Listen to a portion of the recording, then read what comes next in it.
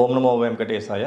సంతోషం YouTube channel చూస్తున్న ప్రేక్షకులందరికీ కూడా స్వాగతం పలుకుతూ ఈనాడు ఒక చాలా ముఖ్యమైన విశేషం గురించి తెలియజేస్తాను మీకు. ఇది చాలామందికి చాలా అవసరమైనది కూడా, అత్యంత ముఖ్యమైన సబ్జెక్ట్గా మనం చెప్పుకోవచ్చు. ఆ ముఖ్యమైన విషయం ఏమిటి అని ఒకసారి పరిశీలన చేస్తే మనకి ఈ మార్చి నెల 23వ తారీఖు శని త్రయోదశి తిథి ఉదయం సుమారుగా 7:30 దాకా ఉన్నది. ఇది చాలా అద్భుతమైనటువంటి ఫలితాలను ఇవ్వబోతోంది అని చెప్పుకోవచ్చు. 15 రోజుల్లో 2 సార్లు వచ్చింది శని త్రయోదశి. 2024 మార్చి 23వ తారీఖు శని త్రయోదశి పౌర్ణమికి ముందు, అంటే ఈ ఫాల్గుణ శుద్ధ పౌర్ణమికి ముందు త్రయోదశి తిథి ఉదయం 7:30 లోపు వద్దే కనుక ఆ రోజున పుబ్బా నక్షత్రం కూడి ఉన్నది. పుబ్బా నక్షత్రం సింహరాశిలో ఉంటుంది.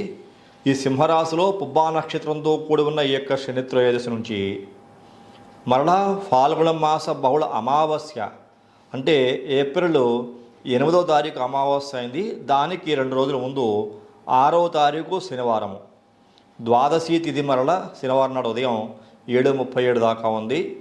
అది ప్రాంతాలను బట్టి సుమారుగా 8 గంటల లోపు అనుకోండి. ఈ శనివారం నాడు ఏప్రిల్ 6వ తారీఖు శనివారం నాడు శని త్రయోదశి కూడా తిథి అయ్యింది. ఇది 8 గంటలు దాటాక ఉన్నది. ఈ యొక్క శని త్రయోదశి తిథి ఉదయం ఈ ఏప్రిల్ 6వ తారీఖు శనివారం నాడు ఉదయం 7:37 తర్వాత త్రయోదశి తిథి ప్రవేశిస్తున్న కారణం చేత ఆ రోజున కూడా మనకి శని త్రయోదశి అత్యంత అద్భుతంగా నిర్వహించుకునే అవకాశం దొరుకుతున్న కారణం చేత ఈ రోజున ఉన్న నక్షత్రం చూసుకుంటే శతభిష నక్షత్రం ఉన్నది. అంటే ఇక్కడ మనం బాగా అర్థం చేసుకోవాల్సిన విషయం, చాలామందికి ఏలినాటి శని, అష్టమ శని, అర్ధాష్టమ శని, 10వ ఇంటి సంచారం చేసేటువంటి శని కంటక శని ఈ రూపాలలో ఇబ్బంది పెడుతూ ఉన్నాడు. దానికి తోడు కుజశనుల యొక్క కలయిక, 2 పాపగ్రహాల యొక్క కలయిక చాలా ఇబ్బంది పెడుతూ ఉన్నది.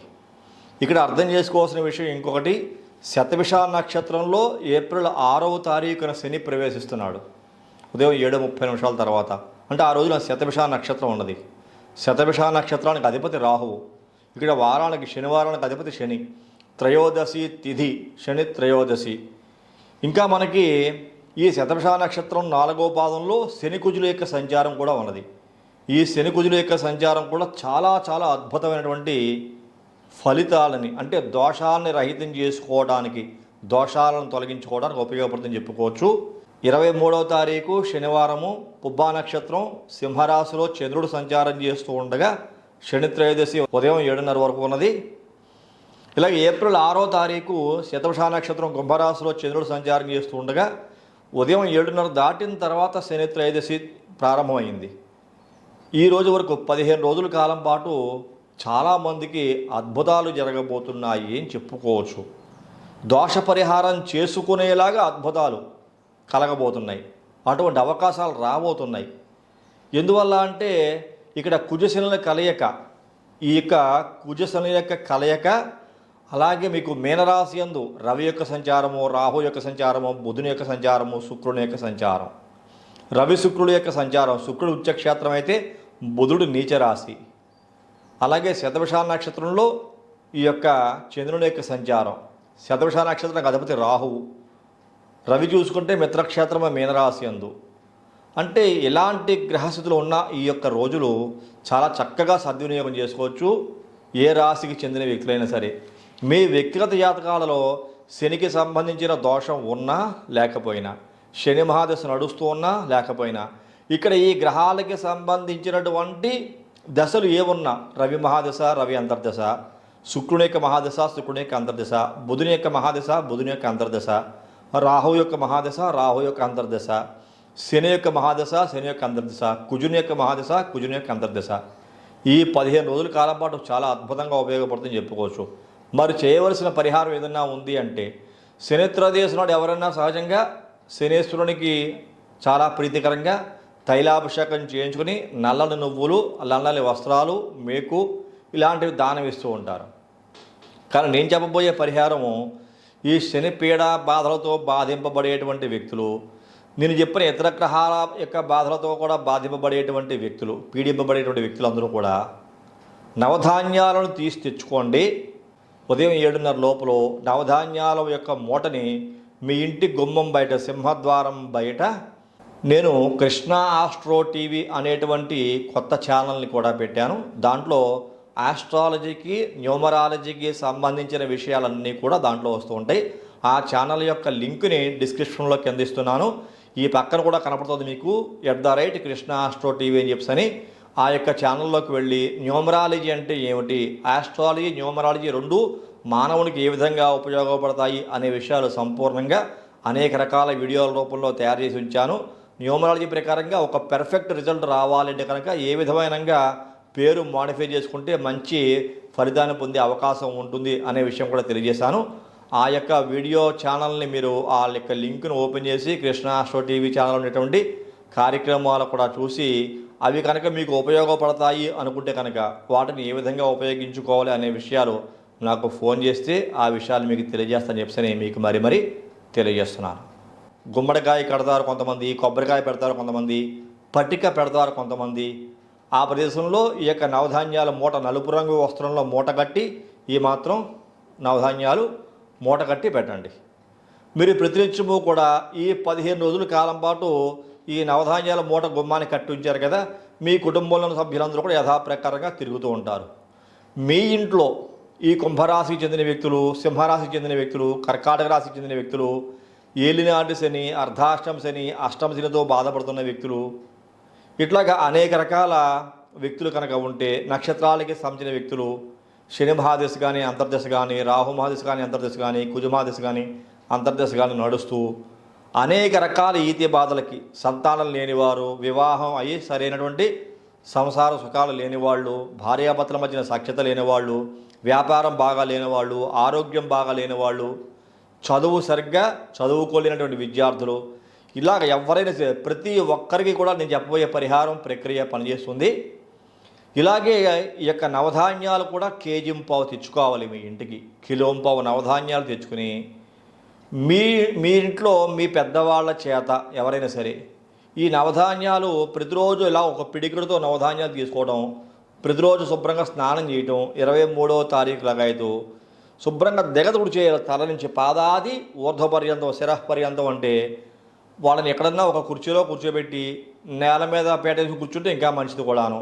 ఇంట్లో పెద్దవాళ్ళు, పిల్లలైతే తల్లి చేయొచ్చును, పెద్దవాళ్ళకైతే ఆ ఇంట్లో కూతుళ్ళు, ఆ కొడుకులు ఎవరైనా చేయొచ్చును. ఆ రకంగా ఈ యొక్క నవధాన్యాలు పిడికిలతో పుచ్చుకుని నఖశిఖ పర్యతో మొత్తం తల దగ్గర నుంచి ఇలా కిందకి ఒక 3 సార్లు ఫార్వర్డ్ అంటే ముందుకి, ఇలా 3 సార్లు వెనక్కి మొత్తం పూర్తిగా దిష్టి తీయాలి. కేజీంపావు తెచ్చుకోవాలి. నవధాన్యాలు 9 రకాల ధాన్యాలు తెచ్చుకోవాలి. అందులో గోధుమలు ఉంటాయి, ధాన్యం ఉంటాయి, కందులు ఉంటాయి, పెసలు ఉంటాయి, శనగలు ఉంటాయి, అలాగే బొబ్బర్లు ఉంటాయి, నల్ల నువ్వులు ఉంటాయి, మినువులు ఉంటాయి, ఉలవలు ఉంటాయి. ఇట్లా నవధాన్యాలు అన్నీ కూడా సేకరించి తెచ్చుకొని ఇలాగా ప్రతిరోజు కూడా ఒక పిడికడు తీసుకోవడం, ఆ ఎవరికైతే ఏ బాధలతో బాధపడతారో వాళ్ళకి దిష్టి తీయటం, ఇవి మరలా ఒక నలుపు రంగు వస్త్రంలో ఇలా వేసేసి మూట కట్టేయటం. అలాగ ఎప్పటి నుంచి ఎప్పటి వరకు చేయాలి? ఈ మార్చి 23వ తారీఖు నుంచి ఏప్రిల్ 6వ తారీఖు వరకు చేయాలి.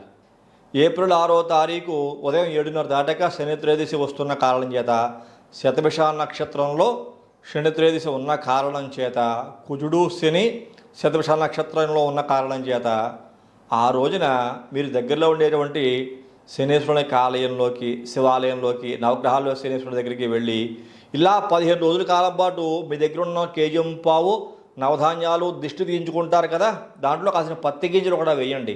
పత్తి గింజలు కూడా వేసి ఇలా దిష్టి తీయించుకుంటారు కదా, ఇలా దిష్టి తీయించుకున్న కేజీంపావు నవధాన్యాలు కూడా 15 రోజులు చేయాలి. 15 రోజులు అయిపోవాలి. ఇలా గుప్పుడుతో పట్టుకుంటే 15 గుప్పులు వచ్చేలా తీసుకోండి.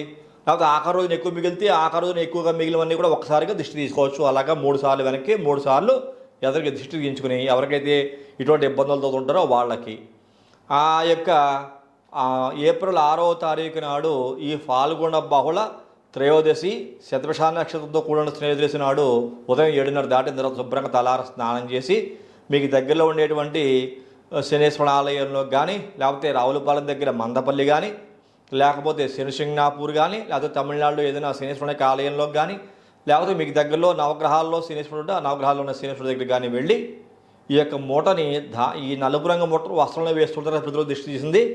ఈ ప్రతిరోజు దిష్టి తీసినటువంటి ఈ యొక్క నవధాన్యాలు ఆ నలుపు రంగు వస్త్రంలో వేసి ఈ కేజీఎం పావు ఆ వస్త్రంలోకి మారిపోతాయి, మూట కడుతూ ఉంటారు. వాటిని దక్షిణతో సహితంగా శక్తి ఉంటే ఇంకా ఒక మేకు లేకపోతే ఇంకా నలుపు రంగు వస్త్రాలు ఇలా ఏదైనా సరే దక్షిణ సహితంగా బ్రాహ్మణులకి దానం ఇవ్వండి. అక్కడ దానం చేయటం ఇక శనేశ్వరుడికి సమస్తమైన ఈతి బాధలు తొలగించు స్వామి అని చెప్పి నమస్కారం చేసుకుని ఇవి దానం ఇవ్వటం వల్ల అనేక రకాల సమస్యలు పరిష్కారం అవుతాయి. చాలామందికి చాలా మంచి పాజిటివ్ వైబ్రేషన్స్ వస్తాయి. ఎందువల్ల అంటే చాలా పవర్ఫుల్ గ్రహస్థితి. ఈ యొక్క మార్చి 23వ తారీఖు సింహరాశి బొబ్బా నక్షత్రంలో శని త్రయోదశి ఉదయం 7:30 వరకు ఉన్నది. ఏప్రిల్ 6వ తారీఖు 7:30 దాటాక ప్రారంభమవుతుంది ఉదయం. కాబట్టి అది శతభిష నక్షత్రంలో ఉన్నది. ఇక్కడ మనకి రాశులను కూడా చూసుకుంటే సమసప్తక స్థానాలు 2 నక్షత్రాలు కూడా. సింహరాశి అంటే బొబ్బా నక్షత్రం సింహరాశిలో ఉంటుంది. శతభిష నక్షత్రం చూసుకుంటే కుంభరాశిలో ఉంటుంది. అంటే సింహరాశి నుంచి కుంభరాశి వరకు ఈ యొక్క 15 రోజుల కాలం పాటు మీరు చేయబోయే ప్రక్రియ అంతా కూడా కొనసాగుతుంది. ఇలా కొనసాగిన తర్వాత ఆ శనేశ్వరుని ఆలయంలో అభిషేకం చేయించుకోవడము, అర్చన చేయించుకోవడము, ఈ నవధాన్యాలు 9 రకాల ధాన్యాలు మీకు దృష్టి తీసుకున్న నలుపు రంగు వస్త్రంలో మూట కట్టింది అక్కడ బ్రాహ్మణులకి దానం ఇచ్చినట్లయితే చాలా చాలా అద్భుతమైన ఫలితాలు పొందుతారు. శని ద్వారా ఏర్పడబోయేటువంటి దోషాలే కాకుండా కుజుడు ద్వారా, రాహు ద్వారా, రవి ద్వారా, శుక్రుడి ద్వారా, బుధుడి ద్వారా, ఇతర గ్రహాలు, అలాగే కేతువు, అష్టమంలో కేతువు కుంభరాశికి, అష్టమంలో కేతువు ప్రాణ సంకట పరిస్థితులను కూడా కొంతమందికి కల్పిస్తూ ఉంటాడు. ఇలాగా అపమృత్యు దోషాలు, ప్రాణ సంకట పరిస్థితులు, అనేక రకాల రోగాలకి సంబంధించినటువంటి విషయాల్లోనూ ఉపశమనం కలుగుతుంది. చర్మ సంబంధం వ్యాధులు రాకుండాను ఇట్లాగా అనేక రకాల ఈతి బాధలు తొలగించుకుని సుఖవంతమైన జీవితం పొందడానికి చిన్న ప్రక్రియే మీకు ఎంత పెద్దగా కనపడుతుంది. కానీ 1 కేజీ పావు నవధాన్యాలు మీ గుమ్మాన్ని కట్టమని చెప్పని ఇంత మూట నవధాన్యాలు, ఆ నవధాన్యాల మూట కూడా ఏప్రిల్ 6వ తారీఖు శనివారం నాడు తీసేసి మీరు దృష్టి తీసుకున్నటువంటి ఈ నవధాన్యాలు ఏవైతే ఉన్నాయో కేజీ పావు అందులో కలిపి ఆ మూట పడంగా దాంట్లో పెట్టేసి మూట కట్టేసి వాటితో సహితంగా దానం ఇచ్చేయండి. మీ ఇంటి శుభ్రంగా తడిబట్ట వేసుకోండి, ముగ్గు పెట్టుకోండి ఇంట్లో. ఇవన్నీ పట్టుకెళ్ళి దానం ఇచ్చిన తర్వాత ఇంట్లో సాంబ్రాణి పగ వేసుకోండి. ఆ రోజున మీ యొక్క శక్తి ఉండి తినకుండా ఉండగలిగితే ఉప్పు వేసి చేసినవి, ఆయిల్ వేసి చేసినవి తినకుండా ఉండగలిగితే ఉండండి. ఇది ఒక శాస్త్ర నియమము. మరి మీ యొక్క ఆరోగ్యం సహకరించి ఉండగలిగే శక్తి కలిగి ఉంటే కనుక ఉప్పు వేసి చేసినవి ఏది తినకూడదు, నూనె వేసి చేసింది ఏది తినకూడదు. ఈ రెండు నిషిద్ధంగా చెప్పబడుతున్న కారణం చేత ఈ రకంగా ఈ చిన్న పరిహార ప్రక్రియని పాటించినట్టయితే ఎన్నో జన్మలుగా, ఎన్నో తరాలుగా ఉన్నటువంటి ఈ ఏలినాడు శని, అర్ధాష్టమ శని, అష్టమ శని, కంటక శని, అలాగే దశాంతర దశల్లో ఉండేటువంటి శని దోష బాధలు, అలాగే నేను చెప్పినటువంటి కుజశనుల యొక్క అపమృత్యు దోష బాధలు, ఇంకా అనేక రకాల సమస్యలు కూడా తగ్గుముఖం బట్టి చాలా మంచి జరిగేటువంటి అవకాశము ప్రతి ఒక్కరికి ఉంటుంది సుమా అని చెప్పి ఈ సందర్భంగా నేను మీకు మరీ తెలియజేస్తున్నాను. అందరూ కూడా ఈ యొక్క చిన్న పరిహార ప్రక్రియని పెద్దగా ఖర్చేమీ లేనిది కాబట్టి 1 కేజీ పావు నవధాన్యాలు తెచ్చుకుంటారు అంతే. ఈ నవధాన్యాలు కేజీ పావు తెచ్చుకుని ఈ పరిహార ప్రక్రియ చేయడం వల్ల మంచి అభివృద్ధిని సాధిస్తారు. ఎన్నో రకాల ఈతి బాధల నుండి బయటపడి మంచి అభివృద్ధిని సాధించి సుఖవంతమైన జీవితాన్ని పొందవలసిందిగా నేను మీకు మరీ తెలియజేస్తున్నాను. ఈ కార్యక్రమం నచ్చితే ప్రతి ఒక్కరూ లైక్ చేయండి, షేర్ చేయండి, సబ్స్క్రైబ్ చేయండి. సబ్స్క్రైబ్ చేసిన తర్వాత పక్కనే ఉండేటువంటి బెల్ ఐకాన్ మాత్రం ప్రెస్ చేయడం మర్చిపోకండి. అలా బెల్ ఐకాన్ ప్రెస్ చేయడం వల్ల నేను అప్లోడ్ చేయబోయే ప్రతి ఒక్క వీడియో మీకు వెంటనే ఇంటిమేట్ చేయబడుతుంది. మీరు యూట్యూబ్లోకి వెళ్ళి షేర్ చేయాల్సిన అవసరం లేకుండా. తదుపరి వచ్చే కార్యక్రమంలో మరిన్ని ఆసక్తికర విషయాలు తెలియజేసుకుందాం. అంతవరకు సెలవు. నమస్కారం.